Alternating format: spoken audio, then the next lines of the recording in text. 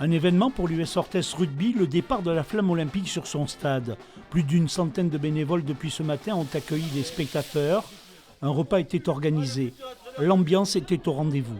On sent une mobilisation, une ferveur que l'on ne sentait pas ces dernières semaines et qui là est monté crescendo jusqu'à ces derniers jours de préparation. Et aujourd'hui, beaucoup de monde partent du stade. Parmi les 14 relayeurs d'Orthez, un en particulier tenait à vivre ce moment. L'ancien athlète paralympique Guy Amalfitano, un sportif hors norme. Vous l'avez dans la main ?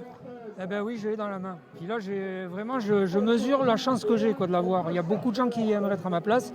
Donc je vais profiter au maximum et puis voilà, je vais essayer d'aller tranquille parce que 200 mètres, ça va aller très vite. L'unijambiste avait prévu un porte-flamme sur l'une de ses béquilles, lui qui a déjà fait plusieurs fois le Tour de France pour récolter des fonds pour le cancer.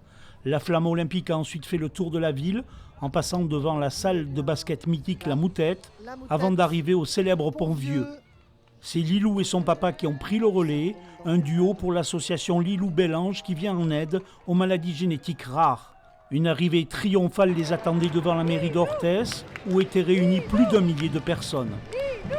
C'était un moment fabuleux. Je l'ai vécu quand même d'une manière extraordinaire sur le perron de la mairie avec tous nos amis, la famille et tous les Orthésiens qui sont là, quoi. Donc voilà, l'émotion elle est pleine et elle est fabuleuse. Orthez a vécu sa flamme olympique avec bonheur, un événement qui a rassemblé une foule enthousiaste.